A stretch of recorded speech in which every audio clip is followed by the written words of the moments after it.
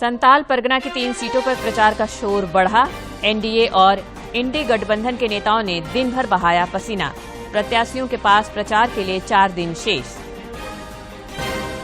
आखिरी चरण के चुनाव में रिकॉर्ड मतदान के लिए लगातार वोटरों को किया जा रहा जागरूक। गोड्डा में run for democracy postal ballot के माध्यम से मतदान की प्रक्रिया भी जारी। रांची में 3 अफीम तस्कर गिरफ्तार। पश्चिमी सिंहभूम में करोड़ों रुपए का पोस्ता जब्त। हजारीबाग में 14 ऊंटों के साथ 2 पकड़ाए। गिरिडीह में उसरी फॉल में डूबने से 2 की मौत। और राज्य के मौसम में उतार चढ़ाव जारी। कई क्षेत्रों में 1 जून तक बारिश के आसार। रेमल तूफान का भी दिखेगा असर। तापमान में होगी गिरावट, फिर बढ़ चढ़ेगा पारा। नमस्कार, खबरें झारखंड में आपका स्वागत है। मैं हूं रोज उरांव और अब समाचार विस्तार से। संताल के चुनावी रणक्षेत्र को जीतने के लिए सभी राजनीतिक दलों ने प्रचार तेज कर दिया है। आज दिन भर सभी दलों के शीर्ष नेताओं ने गोड्डा, दुमका और राजमहल संसदीय क्षेत्रों में जोरदार तरीके से प्रचार अभियान चलाया। भाजपा के स्टार प्रचारक सह प्रधानमंत्री नरेंद्र मोदी 28 मई को दुमका में एक चुनावी जनसभा को संबोधित करेंगे। इंडी गठबंधन के नेता भी मतदाताओं को आकर्षित करने के लिए संताल परगना में भ्रमणशील है। गौरतलब है कि संताल परगना की इन 3 सीटों पर 1 जून को मतदान निर्धारित है। दुमका से भाजपा की सीता सोरेन और झामुमो के नलिन सोरेन समेत अन्य प्रत्याशी चुनावी मैदान में हैं। गोड्डा संसदीय क्षेत्र से निवर्तमान सांसद निशिकांत दुबे एक बार फिर जनता के बीच हैं। प्रदीप यादव यहां से कांग्रेस के टिकट पर चुनाव लड़ रहे हैं। कई अन्य उम्मीदवार भी चुनावी रणक्षेत्र में ताल ठोक रहे हैं। राजमहल संसदीय क्षेत्र से भाजपा ने इस बार ताला मरांडी को चुनाव मैदान में उतारा है। वहीं झारखंड मुक्ति मोर्चा ने निवर्तमान सांसद विजय हांसदा को एक बार फिर मौका दिया है। एनडीए और इंडी गठबंधन के नेताओं ने आज चुनाव प्रचार के सिलसिले में खूब पसीना बहाया। भाजपा के स्टार प्रचारक सह केंद्रीय मंत्री अर्जुन मुंडा ने आज दुमका लोकसभा अंतर्गत काठी कुंड में भाजपा प्रत्याशी सीता सोरेन के पक्ष में एक चुनावी जनसभा को संबोधित किया। इस दौरान उन्होंने इंडी गठबंधन पर निशाना साधते हुए परिवारवाद तथा तुष्टीकरण जैसे मुद्दों पर जोरदार हमला बोला। सभा में प्रदेश महामंत्री मनोज सिंह, निवर्तमान सांसद सुनील सोरेन सहित भाजपा के कई वरिष्ठ नेता मौजूद थे। इधर भाजपा के प्रदेश अध्यक्ष बाबूलाल मरांडी ने भी सारठ क्षेत्र में भाजपा प्रत्याशी सीता सोरेन के पक्ष में प्रचार कर लोगों से वोट की अपील की। इधर भाजपा की सहयोगी आजसू पार्टी द्वारा भी संताल परगना के विभिन्न क्षेत्रों में प्रभावी तरीके से चुनाव प्रचार अभियान चलाया जा रहा है। इस कड़ी में आज पार्टी के केंद्रीय अध्यक्ष सुदेश कुमार महतो ने जामताड़ा विधानसभा स्तरीय ग्राम प्रभारी सम्मेलन को संबोधित किया। मौके पर स्थानीय लोगों ने उनका जोरदार स्वागत किया। इंडी गठबंधन के प्रदेश स्तरीय नेताओं ने भी आज संताल परगना में धुआंधार प्रचार किया। झामुमो की स्टार प्रचारक कल्पना सोरेन ने गोड्डा और पाकुड़ में इंडी गठबंधन उम्मीदवार के पक्ष में चुनाव प्रचार किया।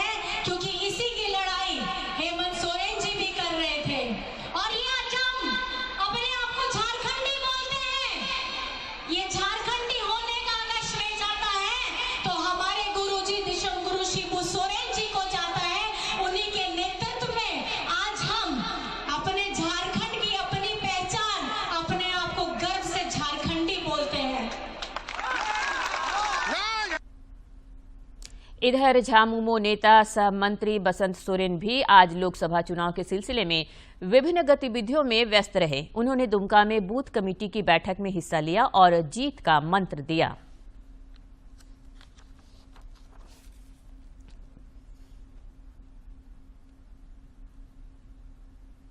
उधर झामुमो से बगावत कर राजमहल से चुनावी मैदान में उतरे निर्दलीय प्रत्याशी लोबिन हेम्ब्रम ने भी प्रचार में जोर लगा दिया है। इस कड़ी में उनके नेतृत्व में मोटरसाइकिल रैली निकाली गई, साथ ही अन्य चुनावी अभियानों का आयोजन हुआ। श्री हेम्ब्रम ने विकास के मुद्दे पर जनता का समर्थन मांगा। घूम रहे हैं कल्पना सोरेन के साथ में, हेमलाल मुर्मू को भी आप लोग जानते होंगे। कल परसों की बात है, हेमलाल मुर्मू ने हमको कहा कि लोबिन हेम्ब्रम वोट कटवा है और ये पॉकेटमार है। तो ठीक है, सही है, हम पॉकेटमार है, वो सावधान रहे। जितना पैसा जहाँ जहाँ छुपा के रखा है हम कैंची से काट के सब पैसा निकाल। संताल परगना की 3 सीटों पर रिकॉर्ड मतदान सुनिश्चित करने के लिए जोर शोर से मतदाता जागरूकता अभियान संचालित हो रहे हैं। इस कड़ी में आज गोड्डा में स्वीप कार्यक्रम के तहत मैराथन दौड़ का आयोजन हुआ, जिसमें समाज के सभी वर्गों ने अपनी भागीदारी निभाई।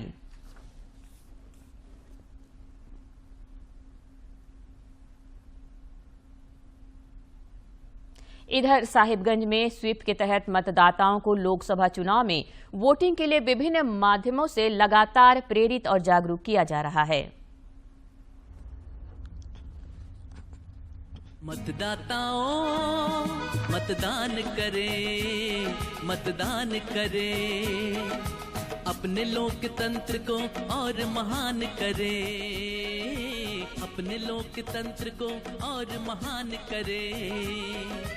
देश पर मिटने वालों को सलाम करें, सलाम करें, निर्भीक होकर नैतिक मतदान करें, मतदान करें। मतदाताओं मतदान करें, मतदान करें, मतदान करें। मुझे गर्व है कि मैं फर्स्ट टाइम वोटर हूँ। मुझे गर्व है कि मैं फर्स्ट टाइम वोटर हूँ।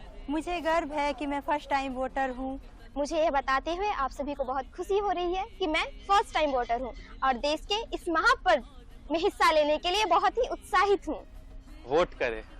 1 जून 2024 को मैं तो अपनी जिम्मेदारी निभा रही हूँ, आप भी अपनी जिम्मेदारी निभाएं और वोट अवश्य करें। मैं साहिबगंज के मतदाताओं को ये कहना चाहती हूँ कि आप भूल जाएं कि धूप है, आप भूल जाएं कि आपका बूथ दूर है। 5 साल में ये मौका एक बार आता है और आप इस मौके को ना गवाएं। अपने लिए और अपने देश के लिए मतदान जरूर करें। आइए लोकतंत्र के इस महापर्व में हिस्सा बने। हमें गर्व है कि हम फर्स्ट टाइम वोटर हैं। मतदान। वोटरों को गीत संगीत के माध्यम से भी जागरूक किया जा रहा है।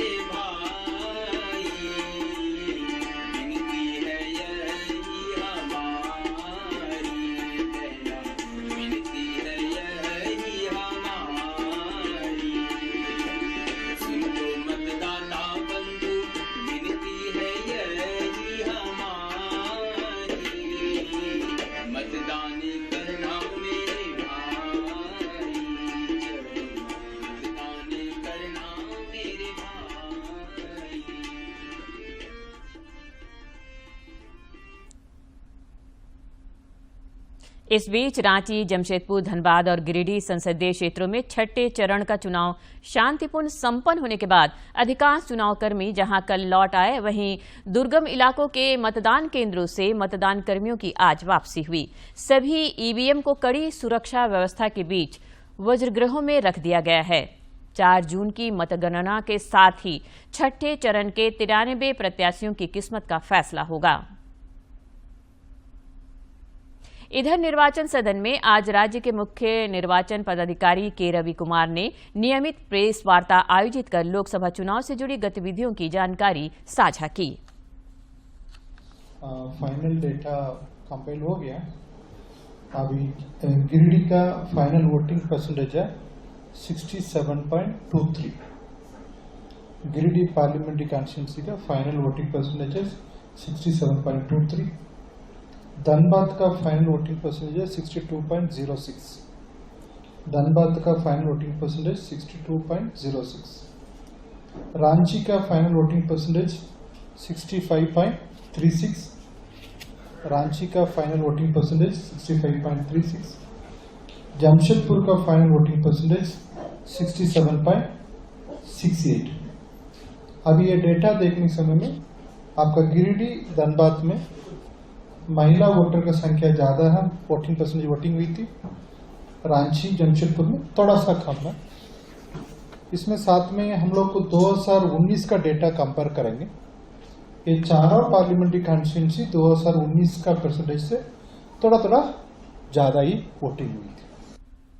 टेंडर कमीशन घोटाला मामले में ईडी के अनुसंधान का दायरा बढ़ता जा रहा है। इस मामले में ईडी ने सम्मन भेजकर आईएएस अधिकारी मनीष रंजन को 28 मई को तलब किया है। मंत्री आलमगीर आलम से भी इस मामले में पूछताछ चल रही है। मादक पदार्थों के कारोबारियों के खिलाफ राज्य भर में पुलिस प्रशासन द्वारा ताबड़तोड़ कार्रवाई की जा रही है। इस कड़ी में रांची जिला अंतर्गत नामकुम थाना क्षेत्र से पुलिस ने 3 अफीम तस्करों को गिरफ्तार किया है। इनके पास से 700 ग्राम अफीम, 90,000 रुपये नगद, 2 मोबाइल और 1 मोटरसाइकिल जब्त की गई है।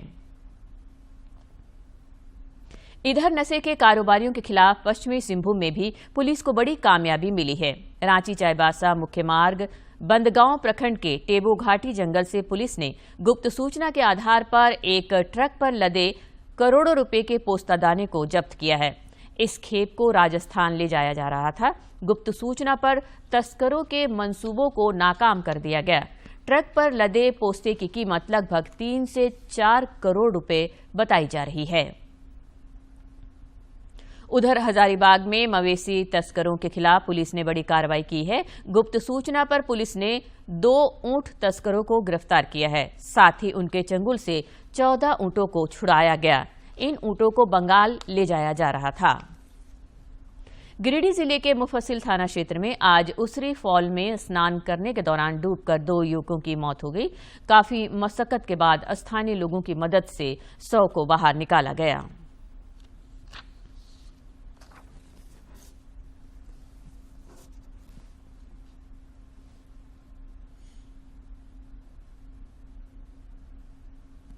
के सब पिकनिक मना वाटरफॉल में पवन का नहीं पता था। दीपक हम लोग के साथ क्लासमेट था, 12 क्लास। हम लोग एक ही जगह रहते हैं। और अब देखते हैं फटाफट अंदाज में जिलों की खबरें।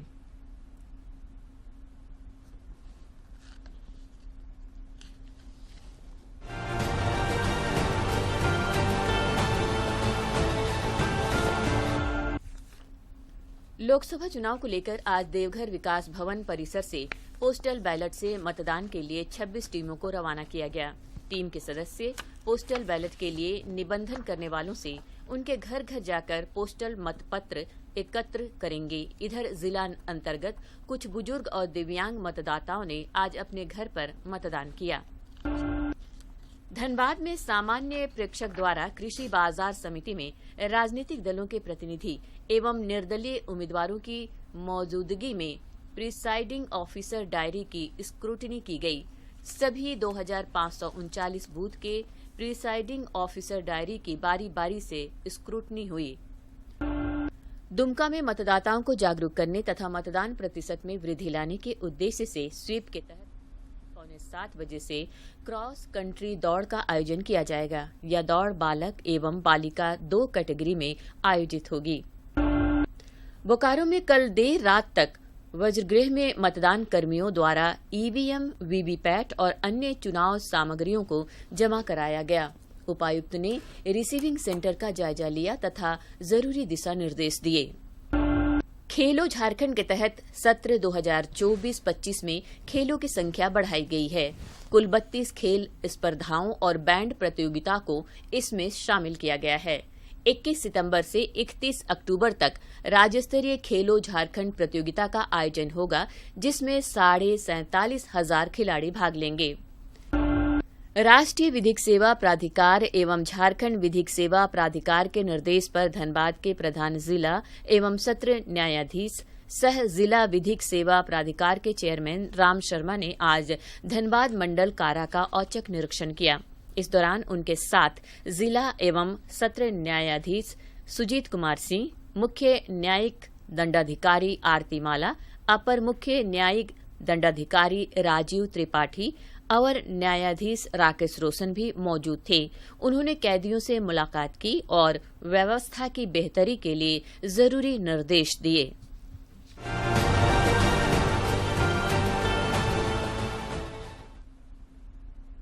राज्य के मौसम में उतार चढ़ाव जारी है। मौसम विज्ञान केंद्र रांची के अनुसार कई क्षेत्रों में 1 जून तक बारिश के आसार हैं। इस अवधि में तापमान में भी उतार चढ़ाव दिख सकता है। पहले तापमान में गिरावट होगा, फिर पारा चढ़ सकता है। इधर बंगाल की खाड़ी में उठे चक्रवाती तूफान रेमल के आज रात पश्चिम बंगाल और बांग्लादेश के तटीय इलाकों से टकराने की आशंका है। इस तूफान का असर राज्य के कई स्थानों पर देखने को मिल सकता है, जिसके लिए पुलिस प्रशासन अलर्ट मोड पर है। ये आज रात बांग्लादेश और पश्चिम बंगाल के तट से टकरा सकता है। इस दौरान अगले 4 दिन तक पश्चिम बंगाल, ओडिशा और पूर्वोत्तर राज्यों में कई जगह तेज हवा के साथ भारी बारिश की संभावना जताई गई है। फिलहाल किसी भी हालात से निपटने के लिए एनडीआरएफ समेत तमाम एजेंसियों को अलर्ट मोड पर रखा गया है। वहीं मौसम विभाग ने बताया है कि अगले 4 से 5 दिनों तक देश के उत्तर पश्चिमी हिस्सों के मैदानी इलाकों और मध्य प्रदेश में भीषण गर्मी का प्रकोप बना रहेगा। मौसम विभाग के अनुसार अगले 24 घंटों के दौरान बंगाल की खाड़ी के दक्षिणी पश्चिमी और उत्तर पूर्व में दक्षिण पश्चिम मानसून के सक्रिय होने की संभावना है। और अब एक नजर डालते हैं प्रमुख शहरों के आज के तापमान पर।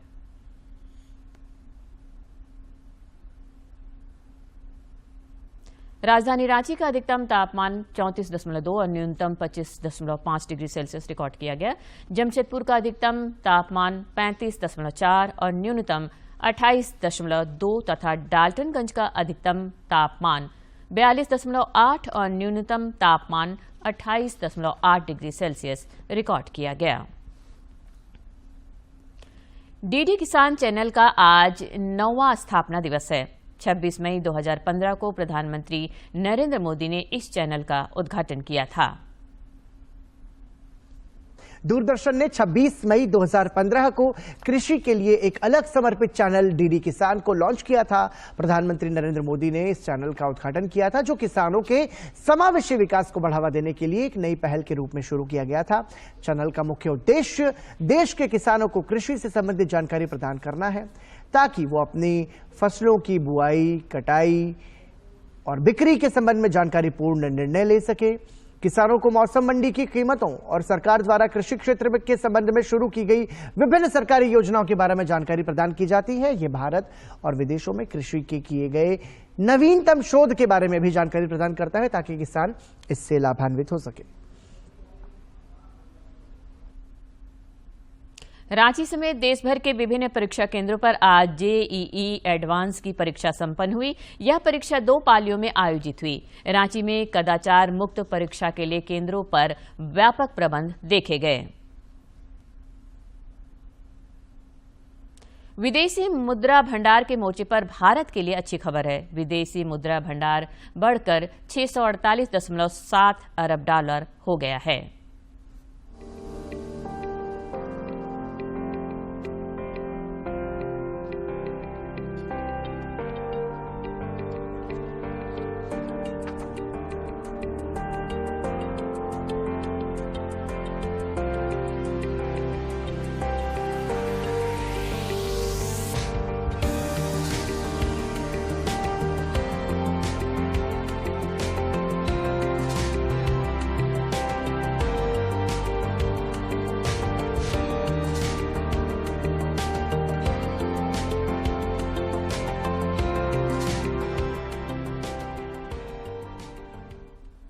सिमडेगा जिले के एस्ट्रोटर्फ हॉकी स्टेडियम में आयोजित मिनी सब जूनियर बालक और बालिका ग्रास रूट डेवलपमेंट हॉकी प्रतियोगिता संपन्न हो गई। बालिका वर्ग में डे बोर्डिंग हॉकी सेंटर करगागुड़ी की टीम विजेता बनी, जबकि बालक वर्ग में आरसी उत्क्रमित मध्य विद्यालय करगागुड़ी चैंपियन बना।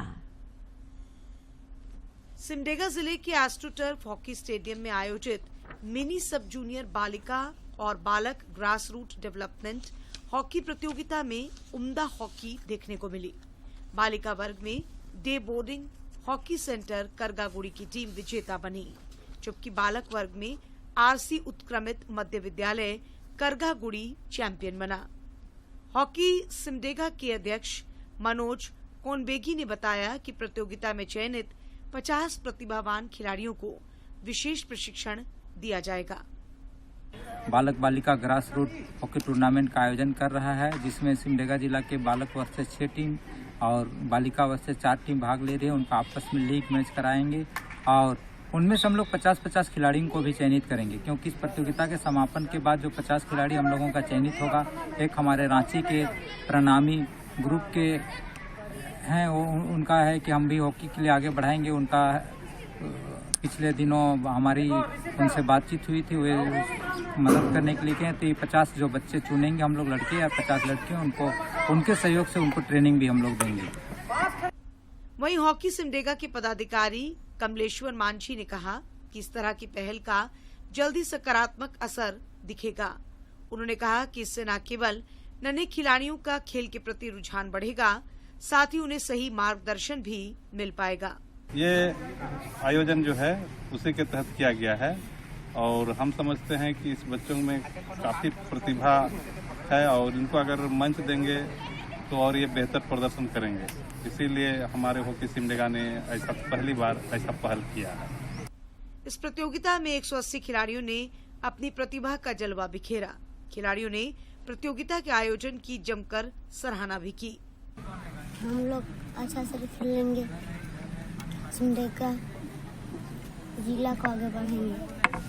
पहली बार मैदान में खेलने आया हूँ। यहाँ हम लोग पहली बार खेल रहे हैं टर्फ मैदान में, बहुत अच्छा लग रहा है। मैं यहाँ आके अपना टीम को जिताना चाहता हूँ।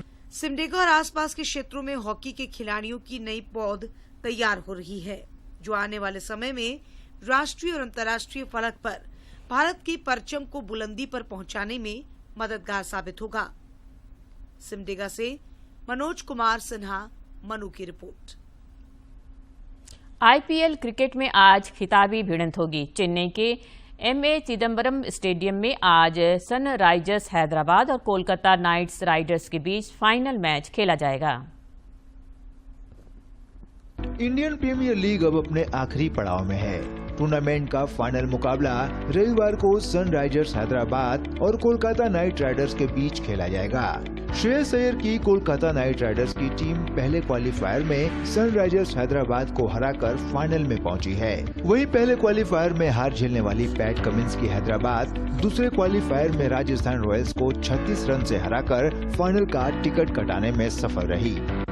दोनों टीमों के अब तक के प्रदर्शन पर नजर डालें तो आईपीएल के इतिहास में कोलकाता नाइट राइडर्स और सनराइजर्स हैदराबाद की टीम कुल 27 बार भिड़ी है, जिसमें से हैदराबाद को 9 मैचों में जीत मिली है और कोलकाता ने 18 मुकाबलों में जीत हासिल की है।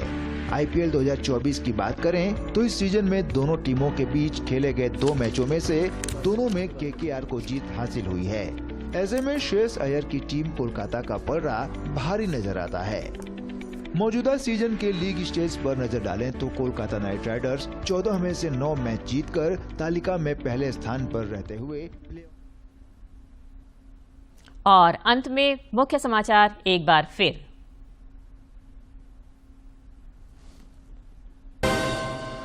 संताल परगना की 3 सीटों पर प्रचार का शोर बढ़ा।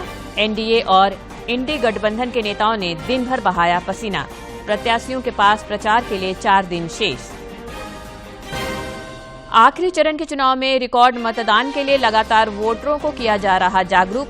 गोड्डा में run for democracy, postal ballot के माध्यम से मतदान की प्रक्रिया भी जारी। रांची में 3 अफीम तस्कर गिरफ्तार। पश्चिमी सिंहभूम में करोड़ों रुपए का पोस्ता जब्त। हजारीबाग में 14 ऊंटों के साथ 2 पकड़ाए। गिरिडीह में उसरी फॉल में डूबने से 2 की मौत।